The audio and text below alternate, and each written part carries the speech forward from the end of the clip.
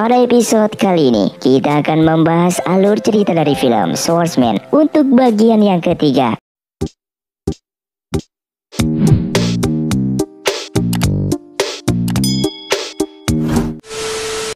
Film pun diawali dengan Ketua Yue yang sedang melihat dagangan bersama istrinya. Secara tiba-tiba diserang oleh seorang wanita misterius yang ingin mencuri pedangnya. Ketua Yue yang terkena racun dari serangan tersebut langsung menaklukkan gadis itu yang kemudian memberikan penawar. Gadis tersebut lalu diajak duduk bersama dengan menceritakan dirinya yang ingin dioperasi plastik oleh seorang tabib ternama yang dikenal dengan tabib pembunuh. Dan Zhongze juga tahu tentang reputasi tabib pembunuh tersebut yang meminta pasiennya membunuh satu nyawa untuk menyelamatkan satu nyawa. Namun wanita misterius itu menimpali bahwa dirinya yang terlalu hancur mukanya tidak cukup jika hanya membunuh orang agar bisa dioperasi oleh sang tabib. Untuk itu ia diminta oleh sang tabib mencuri 6 jenis pedang klasik, serta ia sudah mendapatkan 5 pedang lainnya dan hanya membutuhkan 1 pedang lagi dari Ketua Yue. Hingga dengan kesempatan tak terduga, wanita itu pun mengambil pedang tersebut menuju sang tabib.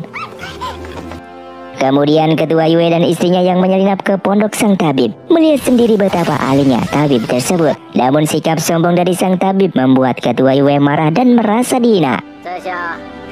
Sang tabib lalu mengunjungi para wasan untuk mencari Ling yang tidak dikenal pada tabib tersebut. Tapi sang tabib mengetahui tentang sakit Ling, dan setelah ia periksa mengetahui ada kumpulan beberapa energi dalam tubuh Ling yang tidak mampu ia obati. Namun sang tabib memberikan sebotol obat yang katanya bisa memperpanjang nyawa Ling. Namun Ling menolak obat dari sang tabib yang tidak ia kenal itu. Dan sang tabib memberikan obat tersebut kepada Feng Huang alias wanita misterius yang sudah rapi giginya setelah dioperasi. Kemudian Feng Huang pun mengembalikan pedang yang ia curi. Namun Ketua Yue tidak bersedia menerima pedang tersebut. Dan Feng Huang pun akan mengikuti para wasan untuk merawat Ling seperti janjinya pada sang tabib. Setelah itu, di tengah jalan Ling diberikan hadiah arak dalam jumlah besar oleh seseorang bernama Shimada yang tidak ia kenal. Lalu dalam kedai ia meminum arak itu bersama Feng Huang dan seorang tetua bernama Zuqian yang memuji arak wangi itu dan diajak minum bersama mereka. Zuqian pun mengajarkan cara meminum arak harus melalui wadah tertentu agar rasanya semakin membaik. Ia pun mengeluarkan 18 koleksinya untuk Ling menggunakan meminum arak. Setelah itu seseorang bernama Lau datang ke kedai itu mencari Zuqian yang telah kabur, dan dia menuduh Ling telah meminum obatnya. Hingga malamnya Ling pun diculik oleh Lau yang menggunakan karung. Saat itu di dalam pondok, Ling akan diambil darahnya oleh Lau yang menceritakan jika ia dan Zuqian adalah 2 sahabat. Tapi Zuqian malah mencuri obatnya yang dibuat untuk mengobati anaknya dan diberikan kepada Ling minum melalui gelas arak di kedai sebelumnya. Untuk itu Lau ingin mengambil darah Ling yang sudah mengandung obat dan nantinya akan diberikan kepada anaknya yang terus memohon kepada sang ayah untuk tidak melakukan hal tersebut. Seketika itu Zuqian datang dengan berbisik kepada Lau hingga terkejut dan segera melepaskan totokan Ling dengan meminta maaf atas pengakuannya. Namun Ling merasakan ada sesuatu yang tidak beres. Kenapa semua orang yang tidak ia kenal begitu baik kepadanya sejak tiba di kota ini? Ia pun meminta penjelasan dari kedua tetua ini, tapi ditolak oleh mereka. Hingga Ling menotok mereka dan ia pun segera masuk ke dalam kamar anaknya dengan mengeluarkan sebilah pisau. Di saat Chu Wushe masuk ke pondok tersebut dan melepaskan totokan kedua tetua itu, mereka pun masuk ke dalam kamar dengan menemukan Ling yang telah pingsan setelah memberikan darahnya untuk anak Lau. Hingga mereka pun sangat berterima kasih atas tindakan pendekar wasan itu.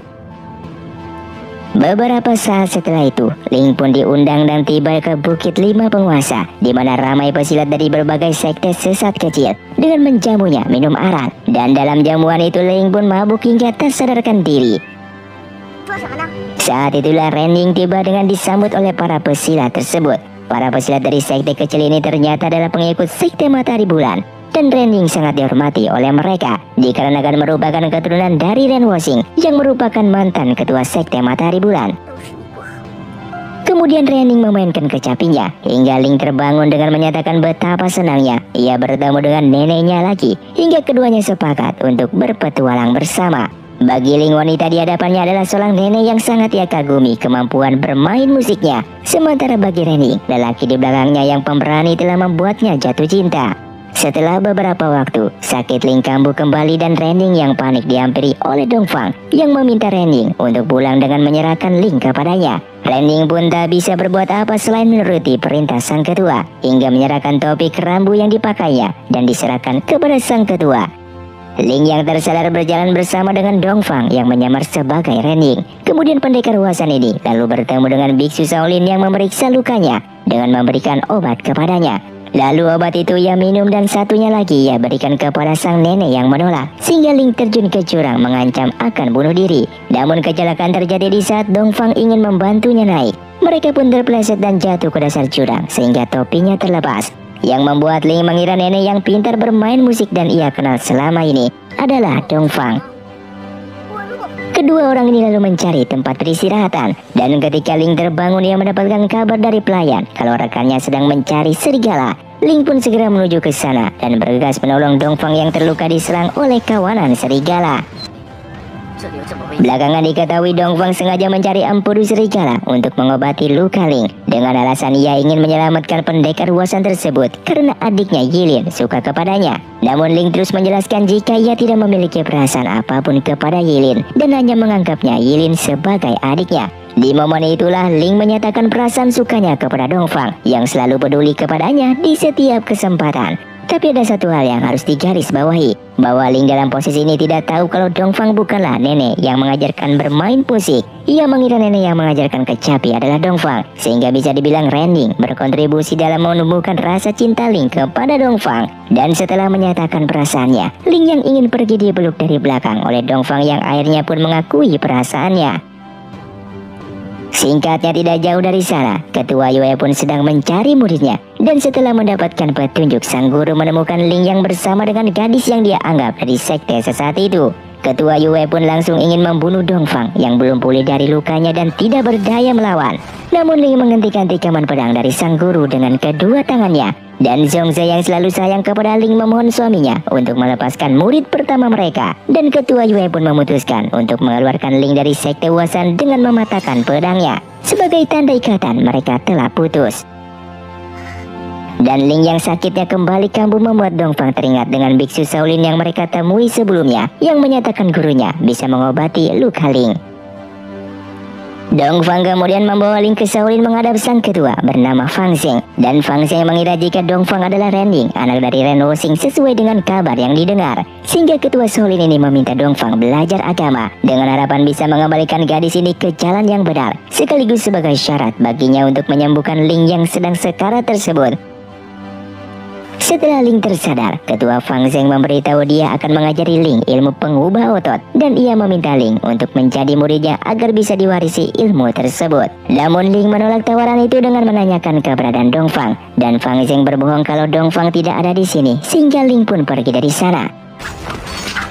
Di perjalanan, Ling menemukan seorang gadis yang sedang diserang oleh beberapa sekte aliansi, dan tanpa ragu Ling pun membela gadis yang ia kira baru temui pertama kali. Dalam pertarungan itu, Ling pun berhasil membunuh beberapa lawan dan mereka pun kabur dari sana. Setelah bercakap-cakap sebentar, Renning akhirnya sadar kalau Ling tidak tahu kalau ia adalah nenek pemain kecapi, dan justru menganggap nenek pemain kecapi itu adalah Dongfang. Di saat malam, Ling yang kesakitan meminta Renning bercerita untuk menghiburnya, dan Renning menceritakan sebuah kisah yang mirip dengan hubungan mereka, yang dimana dalam cerita tersebut, tokoh utama bukan hanya tidak bisa mengenali orang yang menyelamatkannya dan menganggap orang lain sebagai penyelamatnya. Malam semakin larut, Renning pun meminta Ling untuk beristirahat karena besok dia akan membawanya menemui 4 bersaudara.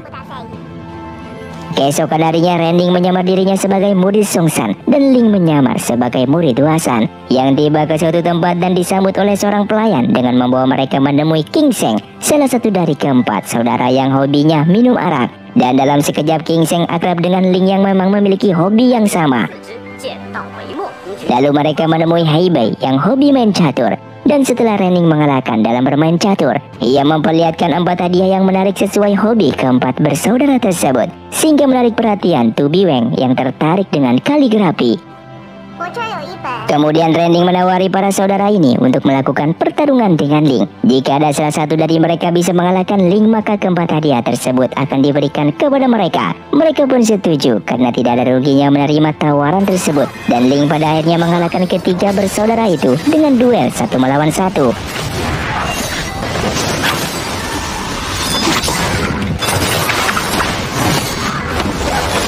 Tiga saudara yang kalah ini kemudian membujuk kakak pertama mereka bernama Huang Zhong untuk berduel melawan Ling, sehingga Ling pun harus kembali bertarung dan memenangkan pertarungan tersebut. Setelah pertarungan itu selesai, Hei Bei yang merasa tidak bisa memenangkan hadiah kemudian mengajak Ling untuk berduel lagi dengan seseorang. Namun ia harus mendapatkan persetujuan dari kakak pertamanya terlebih dahulu. Setelah berdiskusi dengan hati-hati di antara para saudara, mereka setuju untuk membiarkan Ling berduel dengan seseorang di penjara bawah tanah, dan Rending dilarang ikut turun ke bawah melihat duel tersebut. Rending lalu menarik Ling ke samping dengan memberikan sebuah benda yang ia minta berikan kepada tahanan dalam penjara. Dan ia berjanji akan menceritakan apa yang telah terjadi kepada Ling setelah semuanya selesai. Mereka semua pun turun ke bawah mengenakan topeng, serta Huang Zhong mengingatkan Ling untuk tidak membocorkan kejadian ini kepada siapapun, karena tahanan di dalam sangatlah berbahaya dan bisa membuat kekacauan di dunia persilatan.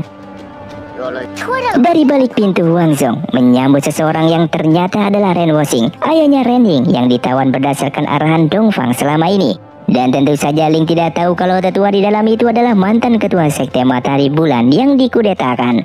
Setelah keempat saudara ini memanas-manasi Ren Woxing untuk mencoba berduel dengan Ling ahli pedang nomor 1, membuat Ren Woxing setuju untuk berduel dengannya. Dan Ling pun dibiarkan masuk ke dalam sel. Ia secara diam-diam memberikan barang yang telah dititipkan kepada Rending kepada Ren Woxing. Lalu mereka pun mulai bertarung dengan posisi Ren Woxing yang terantai. Sekalipun ia berhasil mengeluarkan pancaran energi yang begitu besar, sehingga keempat saudara dari balik sel pun pingsan semua.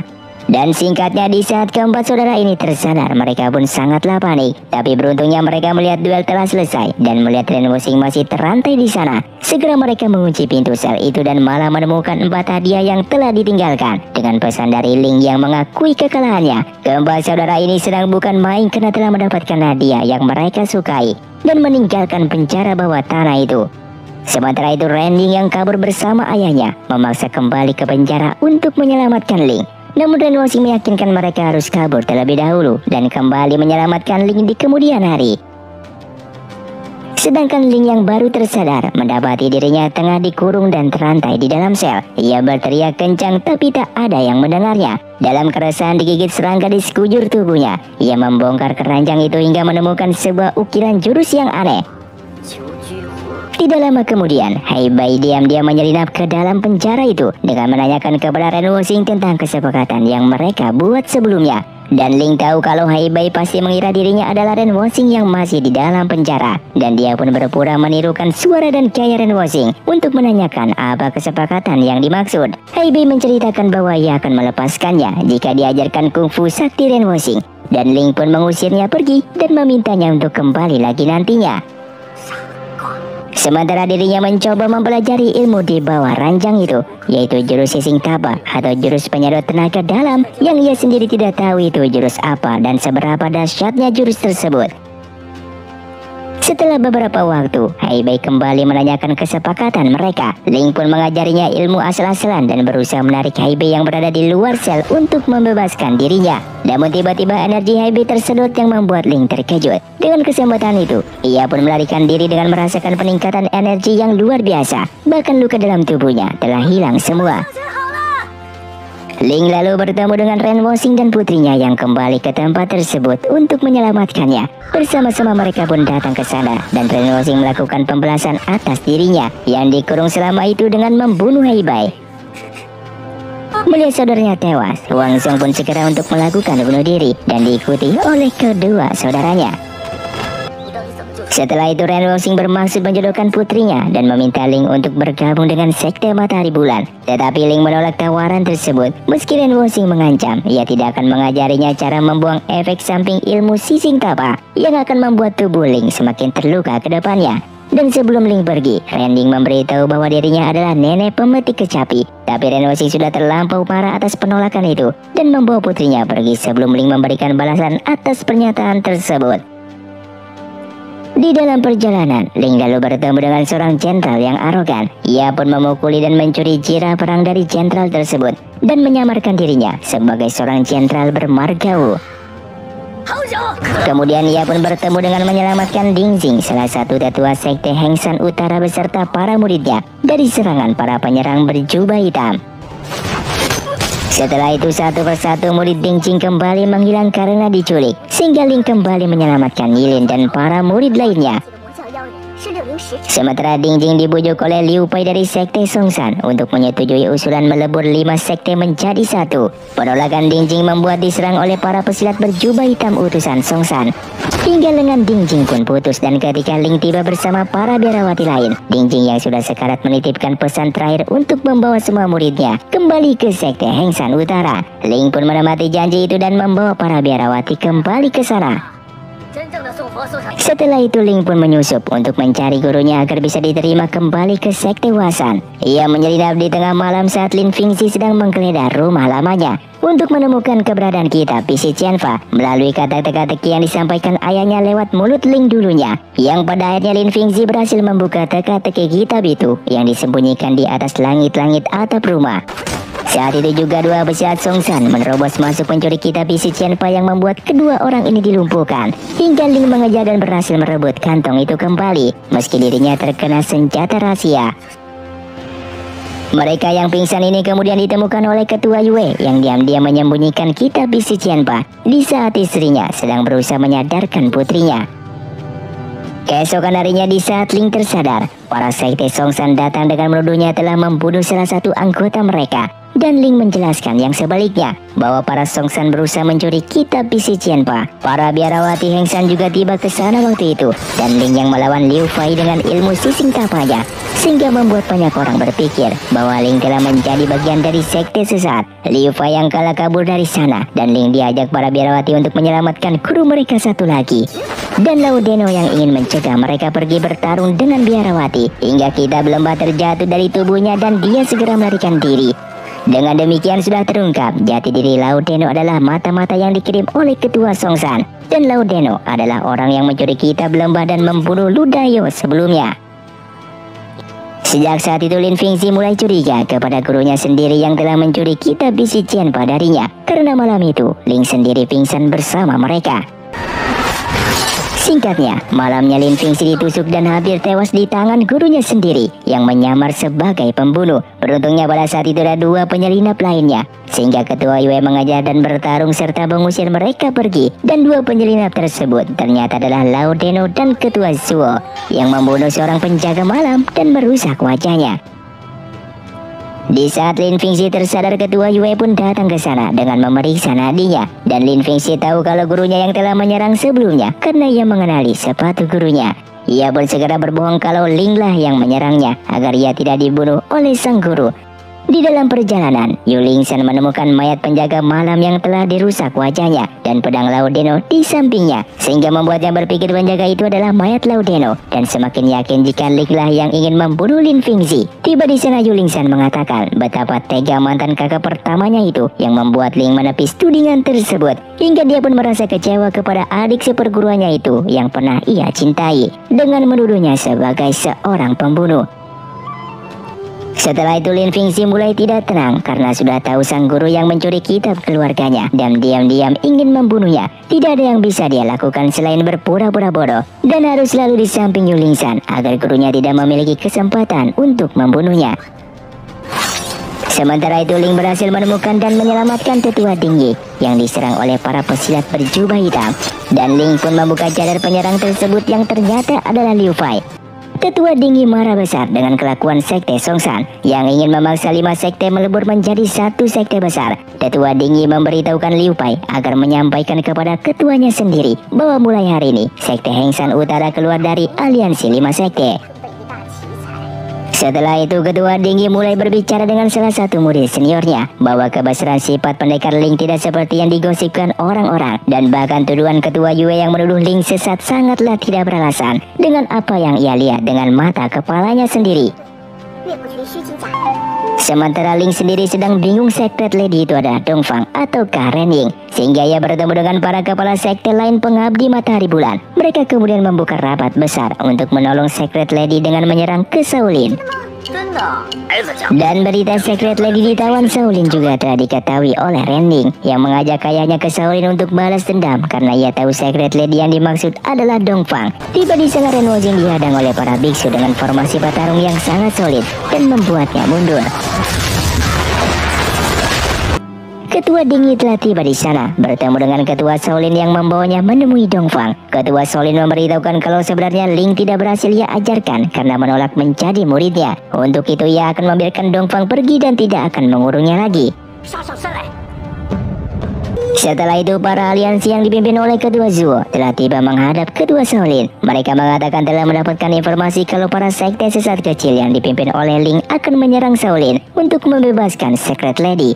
Ketua Shaolin memberitahu kalau Secret Lady ia bebaskan dan mengajak mereka semua untuk masuk ke dalam, hingga bertemu dengan Tetua Dingyi yang memaki Ketua Zhao yang telah mengirim orang untuk membunuhnya. Tetapi Ketua Shaolin menghentikan kegaduhan di antara kedua ketua itu dan meminta mereka untuk menyelesaikan perselisihan pribadi mereka tidak di dalam kuilnya. Dan untuk menanggapi para sekte sesat kecil yang akan segera menyerang ke Shaolin, Ketua Shaolin tidak ingin meladeninya dan memerintahkan semua muridnya untuk mengevakuasi dari Shaolin sementara waktu.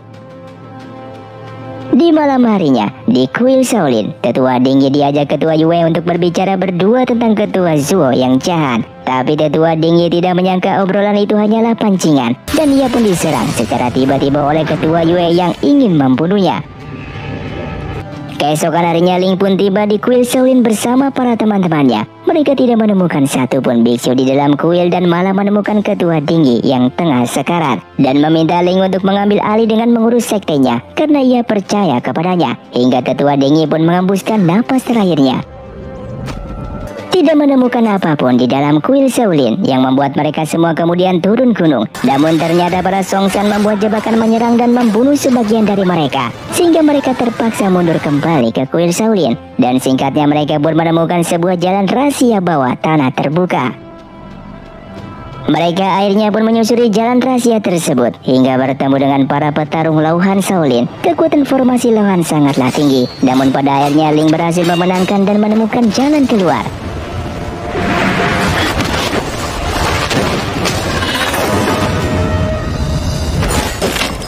Kemudian Ling membawa semua saudaranya keluar dan berpisah dengan mereka. Setelah itu ia diam-diam menyelinap kembali ke Shaolin untuk menemukan Secret Lady. Secara tiba-tiba ia mendengar suara dan bersembunyi ke langit-langit biara yang tinggi. Dengan melihat Ketua Shaolin menegur Ketua Zuo yang jahat menjebak para sekte kecil sebelumnya. Dan tidak lama setelah itu Ren Wosing dan putrinya kembali ke Shaolin meminta Ketua Shaolin untuk menyerahkan tawanan. Ketua Shaolin itu mengatakan ia telah melepaskan Secret Lady. Hingga Ren Wosing mengatakan orang itu bukanlah Secret Lady. Ia mengatakan Secret Lady ada di sampingnya, yaitu Ren Ying putrinya. Dan tawanan yang mereka lepas adalah Dongfang yang mengkudeta jabatannya. Semuanya langsung menjadi syok termasuk Ling yang akhirnya menyadari jika ia telah jatuh cinta kepada musuh nomor 1 di Wulin. Perdebatan mereka memanas hingga Ren Wosing bertarung dengan Ketua Shaolin yang keduanya cukup seimbang dan terluka. Ketua Zuo yang memanfaatkan momen lawan yang terluka ini dihisap tenaga dalamnya dan malah Ren Wosing terluka semakin dalam.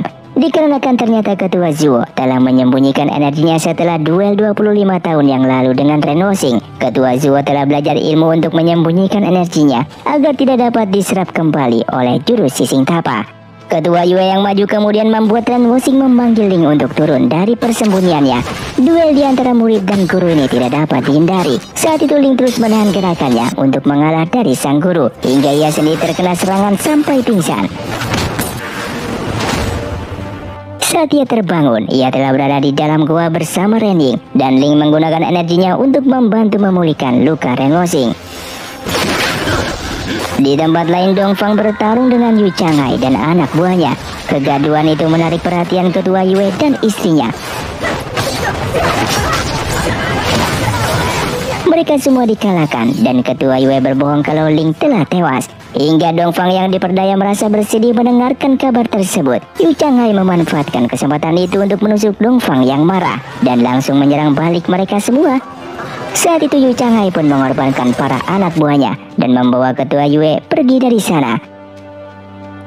Sementara itu Ling diberikan penjelasan oleh Renjing yang mengaku bahwa dia adalah nenek pemetik kecapi dan para pesilat sekte kecil adalah pengabdi yang memanggilnya Secret Lady, hingga mereka melihat ketua Yue yang menyerang Yu Changhai. Sekaligus ia pun diberitahu oleh gurunya bahwa Dongfang telah melukai dan membunuh para murid sekte King Cheng, hingga Ling pun lari ke tempat tersebut dengan menemukan mayat-mayat telah bergelimpangan. Dan Dongfang yang berbalik badan menemukan Ling yang masih hidup, langsung segera memeluknya. Saat itu Dongfang mengakui dirinya telah membunuh semua orang itu dan telah melukai ketua Yue. Semua itu ia lakukan demi Ling yang justru menjadi kecewa, merasa Ling tidak menghargai ketulusan serta pengorbanannya dan bahkan mengancam akan membunuhnya. Membuat Dongfang menyodorkan pedang itu hingga dalam sekejap pedang tersebut menusuknya. Dan seketika itu Ling pun merasa menyesal meminta maaf. Namun Dongfang memukul Ling mundur dengan menyatakan kelak bila mereka bertemu kembali, ia hanya akan menganggapnya sebagai orang asing. Singkatnya, Ling yang patah hati setelah itu kembali menolak tawaran Ren Woxing yang telah pulih dari lukanya. Mereka kemudian berpisah mengambil jalan masing-masing. Dan film pun bersambung. Terima kasih untuk kalian yang sudah menonton video ini sampai habis. Sampai jumpa di video selanjutnya.